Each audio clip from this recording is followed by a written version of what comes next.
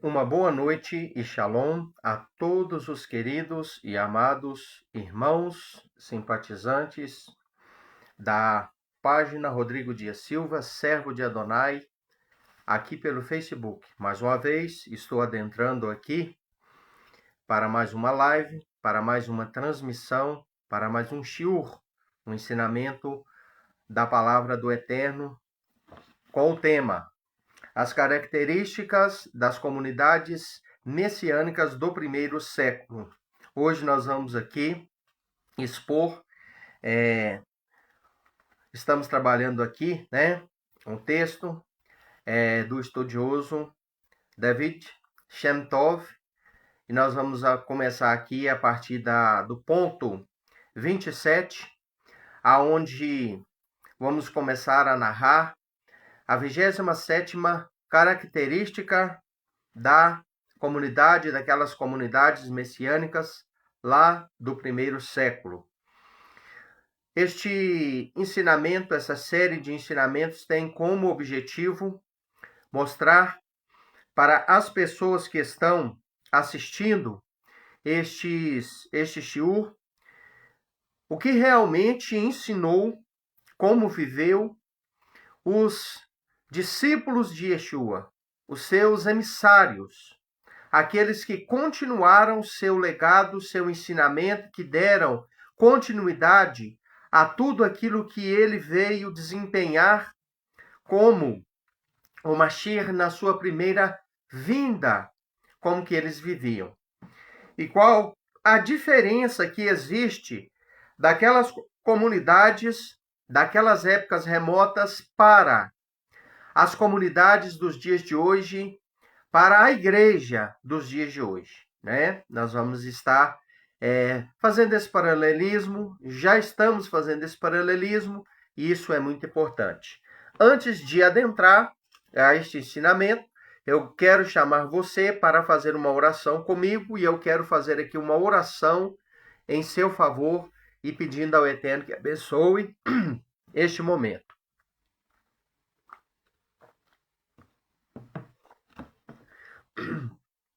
Pai, eu quero, neste momento, adentrar a Tua presença. Te agradeço por todas as bênçãos, te agradeço pelas maravilhas, te agradeço por esta rica oportunidade a qual o Senhor me dá de poder estar aqui para falar mais uma vez da Tua palavra. Muito obrigado pelo dom da vida, muito obrigado pela rica oportunidade de falar da Tua palavra. Obrigado por me dar condições de entender e de levar, através da exposição deste tema, outras pessoas também a entender, a compreender a verdade exposta e expressa na Tua palavra. Que o Senhor eterno, Deus Todo-Poderoso, Adonai, meu querido Senhor e Mestre, que o Senhor possa abençoar a vida das pessoas que vão assistir esta live e essa transmissão. Peço que o Senhor abençoe a minha vida e a vida de todos os que vão assistir. Que o nome do Senhor, o Eterno, Yud-Rei Vav-Rei, seja enaltecido, louvado e exaltado para todo sempre, em nome de Yeshua. Amém.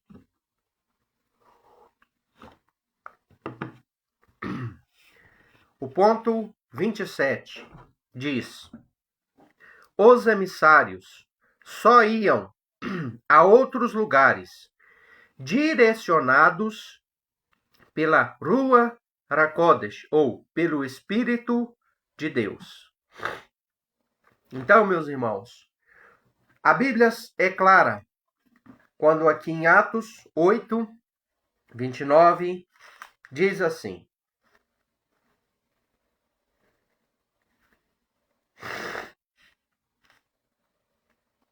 o Espírito Urua disse a Felipe: aproxima-se dessa carruagem e fique perto dela. No versículo 39, diz assim: Quando saíram da água, o Espírito do Eterno arrebatou Filipe. O eunuco não o viu mais, porque continuou seu caminho cheio de alegria. Filipe, porém, apareceu em Asdod e continuou a anunciar as boas novas por todas as cidades pelas quais passava, até chegar em Cesareia. Então, o verdadeiro homem de Deus, o verdadeiro talmidim, discípulo, aluno do mestre Yeshua, ele age impelido e impulsionado pelo Rua, pelo Espírito. Assim agiam aqueles homens lá naquelas épocas. Agiam movidos pelo Espírito. Agiam impelidos, impulsionados, movidos pelo Espírito.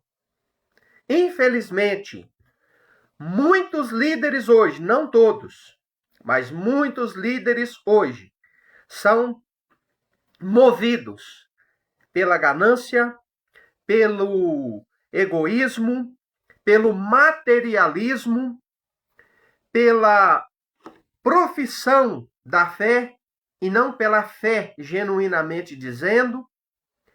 Então, nós aprendemos com este texto aqui que este era um motivo, um mover, algo que movia eles naquela época, tinha como objetivo alcançar outras vidas e levar este conhecimento para outras vidas, movidos pelo Espírito.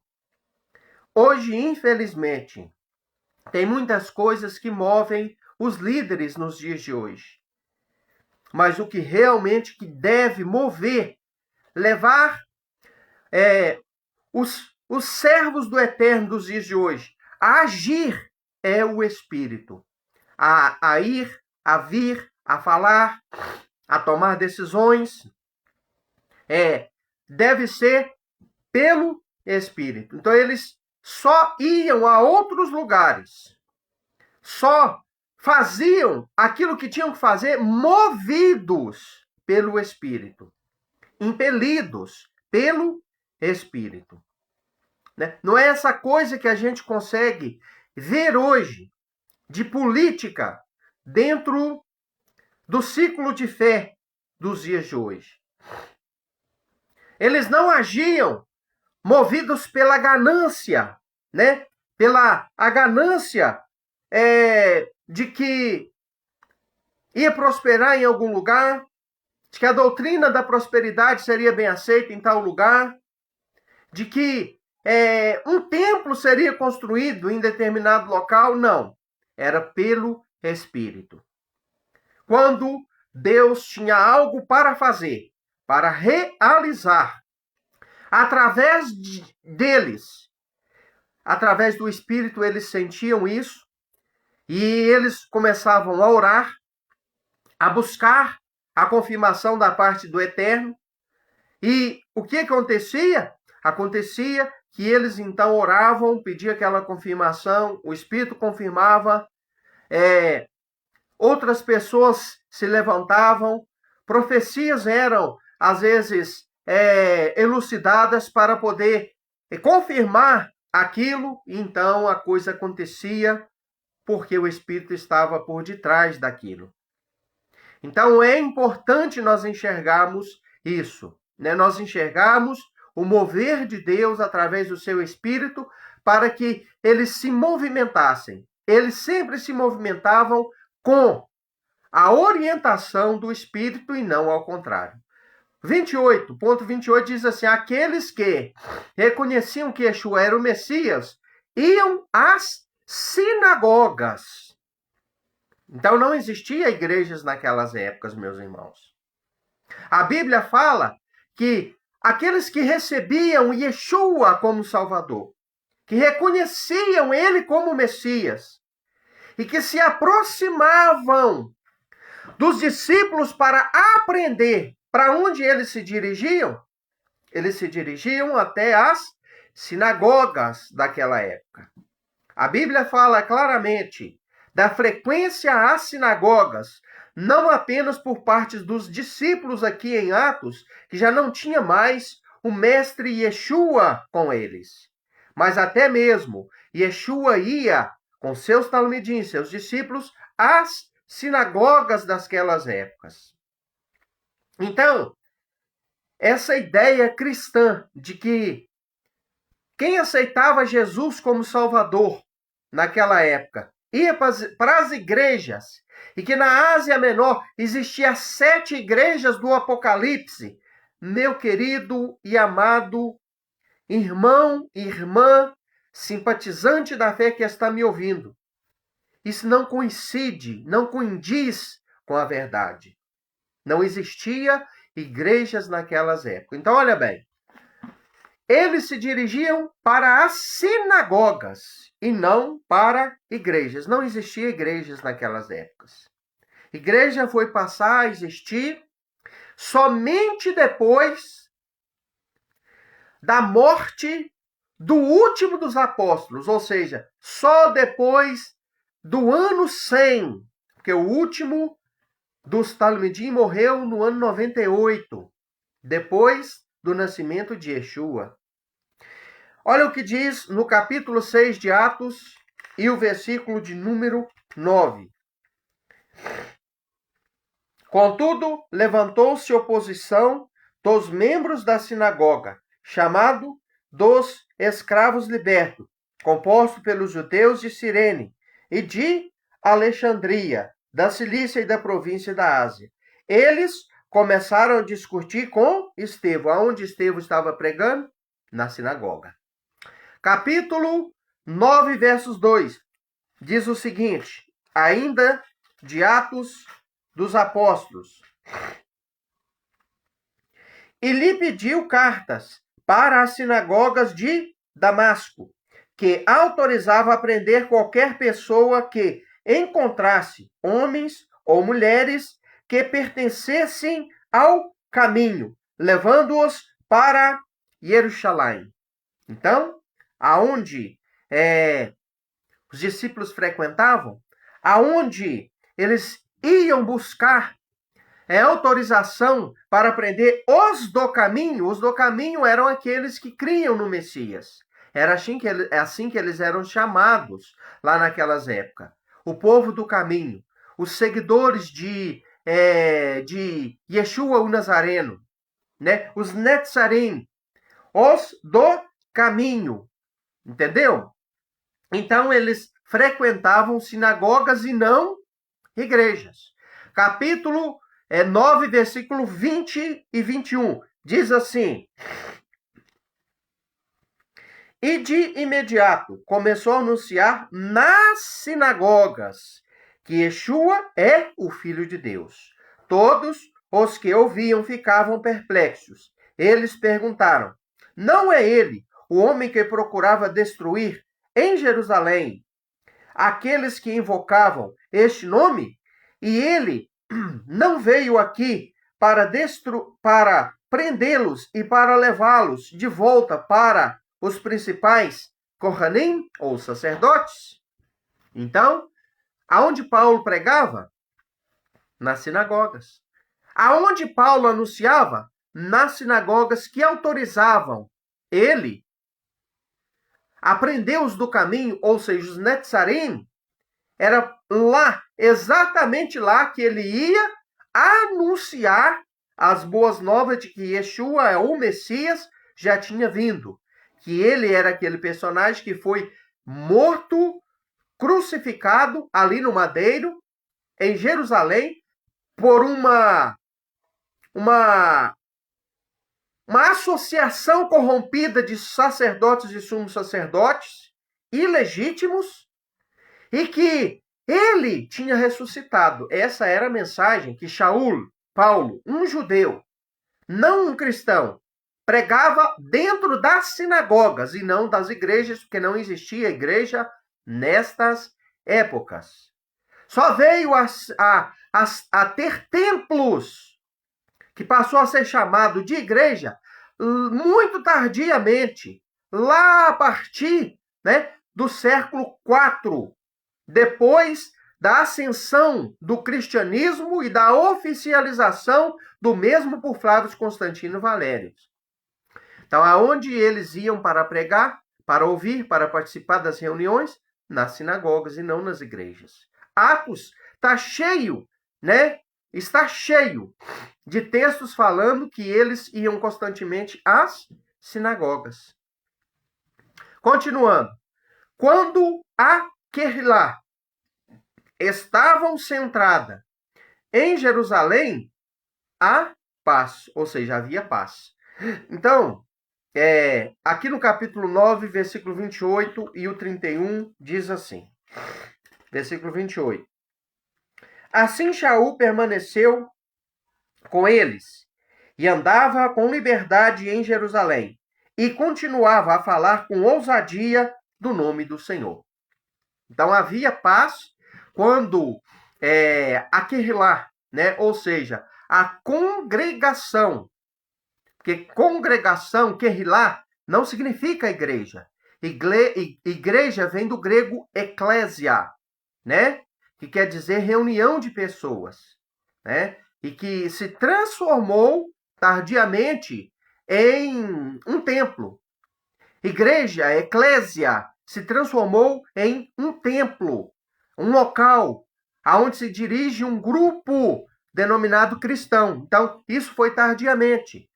O modelo bíblico para designar o povo que servia ao Eterno e cria em Yeshua naquela época é Querlá, que quer dizer assembleia, comunidade, né? Tem a ver não com um local, mas com um aglomerado de pessoas, com um conjunto de pessoas, uma associação da fé. Então não tem nada a ver com eclésia, né? Com igreja, que é um termo grego, né? Então, meus queridos, havia paz naquela comunidade, quando elas estavam centradas ali em Jerusalém. Capítulo 9, versículo 31 diz assim. Então a comunidade messiânica, espalhada por Yehudá, na Galil, em Shorom, Samaria, passou por um período de paz e foi edificada. Eles viviam no temor do Senhor com o conselho da Ruach HaKodesh, ou do Espírito Santo, e seu número era multiplicado. Então, a Querlá, a comunidade messiânica daquela época, ela gozou de uma paz porque ela tinha sobre ela a unção do Espírito, da Ruach HaKodesh, né, que estava sobre ela, e havia então paz entre eles. Praticavam o ritual de Shevrah Kadishá e todo o enlutamento, ou seja, é uma cerimônia própria do povo judeu para o momento de luto, de enterro e de luto de uma pessoa. Isso é uma coisa que o cristão nem sequer conhece. E a comunidade primitiva daquela época vivia assim, tinha essa prática, mantinha esse costume que não é um costume cristão, é um costume judeu. Olha o que diz capítulo 9, versículo 37 e 39. Diz assim, 9, 37 e 39. E aconteceu que, justo naqueles dias, ela adoeceu e morreu. Depois de a terem lavado, olha aí o ritual, hein? Colocado-na em um quarto, no andar superior, tinha esse costume. Elud fica perto de Iafo, e os talmidim ouviram falar de Quefa, estava lá. Portanto, eles enviaram os 2 homens a ele, que lhe pediram, por favor, venha até nós sem demora. Quefa levantou-se e foi com eles. Então, o capítulo 39 diz assim: quando ele chegou, foi levado ao quarto do andar superior. Todas as viúvas o rodearam, chorando e mostrando-lhe os vestidos e casacos que Tabita lhes havia feito enquanto estava com elas. Quefa, porém, colocou todas elas para fora do quarto, ajoelhou-se e orou. Então, voltando-se para o corpo, disse: Tabita, levante-se. E abriu-se os olhos, e vendo Quefa, sentou-se. A ressurreição de Dorcas. Então aqui tem todo esse costume entre uma membro, né? Uma pessoa que fazia parte dos Talmidim, fazia parte do ciclo de fé dos emissários, que fazia parte da congregação da Querrilá messiânica daquela época. Então, existia esse costume de lavar-se a pessoa, de colocar ela num cômodo, dela ser enlutada por um conjunto de mulheres que eram pagas, né? Para poder chorar e fazer ali uma espécie de luto, né? E orações também diante de uma pessoa da congregação que falecia. Então, existia todo um costume judaico, não somente na questão do luto, mas em todos os aspectos. Eles mantinham a mesma postura judaica dos judeus ortodoxos tradicionais. Em nada eles eram diferentes. E isso disse um estudioso, né, Eusébio, que escreveu sobre quem eram os Netzarim, lá naquelas épocas remotas, para outras pessoas, mostrando quem eram os nazarenos. Então, isso é um fato histórico confirmado por Epifânio de Salamina, por Eusébio e outros personagens lá dos tempos primitivos. Eles confirmavam que, né, os nazarenos eram completamente envolvidos e comprometidos com a Torá, com a lei de Moisés. 30. Praticavam, 31, melhor dizendo, criam em todo o Tanar e também nas suas profecias. Então, quem pensa que existia na mão dos discípulos, aqui em Atos, um livro chamado Novo Testamento, está redondamente enganado. E que este Novo Testamento substituiu o Antigo, né, que é o Tanar, você está completamente enganado. O que eles tinham na mão? Eles tinham nas mãos deles aquilo que nós, nos dias de hoje, conhecemos como o Antigo Testamento. Eles pregavam isso, eles criam em tudo que existia naquilo que é chamado de o Antigo Testamento. Não apenas para simplesmente crer como uma coisa do passado, mas para praticar e viver de acordo com o mesmo. Vamos lá. Lendo Atos 10, 11 ao 17. Né? Atos 10, 11 ao 17, nós encontramos eles citarem profecias do Tanar. Ou seja, profecias daquilo que as pessoas chamam de o Antigo Testamento. Diz assim: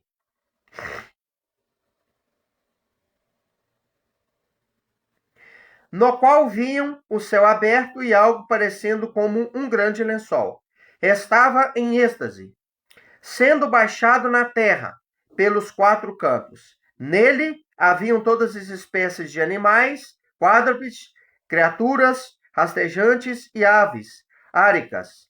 Então uma voz lhe disse: levanta-te, Quefa, mata e come. Mas Quefa, que é Pedro, né, disse: Não, Senhor, de jeito nenhum.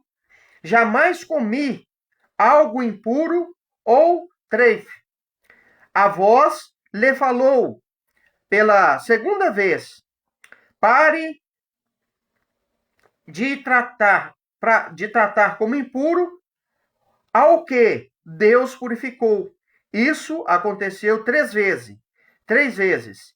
E, em seguida, o lençol foi levantado de volta ao céu. Kefa ainda estava refletindo profundamente sobre o significado da visão que tivera quando os homens enviados por Cornélio, tendo perguntado onde era a casa de Simão, pararam junto ao portão. Então, olha bem, eles estão fazendo uso aqui de um texto sagrado da Torá, que se encontra em Vaikra, Levítico, capítulo 11, aonde estão as regras alimentares para o judeu. Ali era um teste de Deus, um ensinamento de Deus para Pedro, no qual ele estava declarando puro, não aquelas comidas, mas declarando puro o homem, o ser humano. Então, o gentio. E ele estava ali, então, dando a ele a ordem de se envolver, de pregar, de ensinar, de levar a luz da palavra para eles. Para isso, então, ele usou a metáfora de algo impuro, né? Ali, esse texto aqui de Atos, ele não se refere à comida.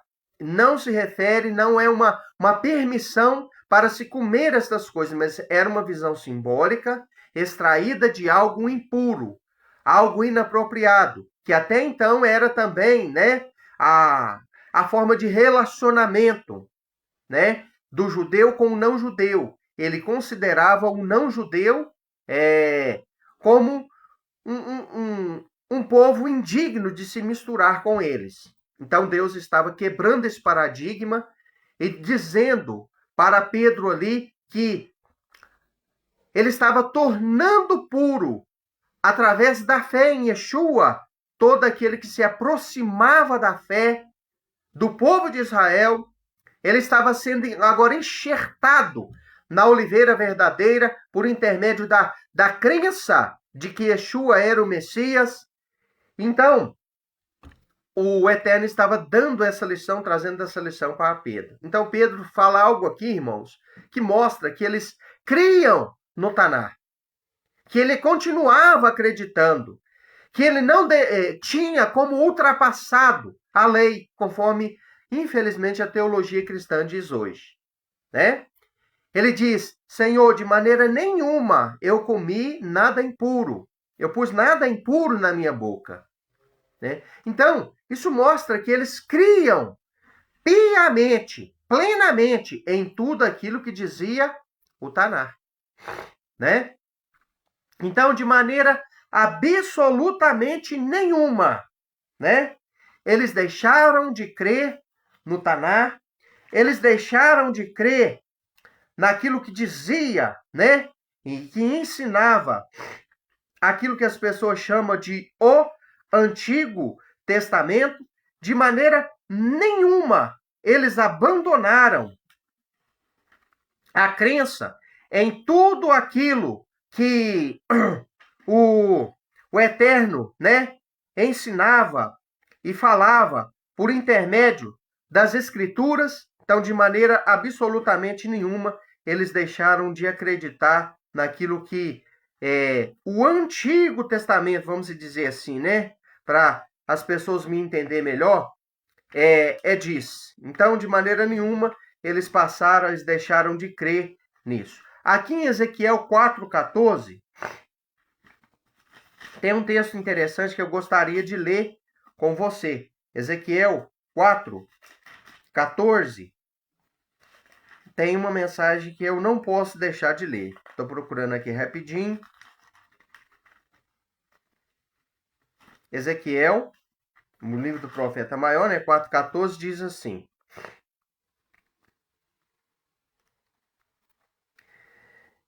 Eu contestei não Adonai Elohim. Eu nunca me contaminei. Em minha boca, até hoje, nunca comi nada que morresse por si ou que tivesse sido morto por animais selvagens. Nenhuma comida impura jamais entrou na minha boca. Então, tá vendo? Da mesma forma que Ezequiel falou aqui, Pedro falou lá na frente. Sabe por quê? Porque Pedro era um judeu. Ele não era um cristão. Sabe esse negócio que te falam dentro da igreja? De que a partir do momento que Jesus veio, ele aboliu a lei e que ele tornou puro todos os alimentos e permitiu que se fizesse o que quisesse, comesse o que quisesse, é mentira. Olha o apóstolo Pedro confirmando essa veracidade de que eles continuaram obedecendo os ensinos da Torá. O próprio Pedro fala da mesma forma que Ezequiel fala. De maneira nenhuma eu coloquei nada impuro na minha boca. Então, de maneira nenhuma, eu vou matar esses animais que estão aí nesse lençol e vou comer. Assim disse Pedro para o Eterno, né? Então, é muito importante nós enxergarmos isso, nós entendermos essa verdade e nós temos em mente esta realidade, que é a realidade de que os discípulos, os talmidim e a congregação primitiva, né?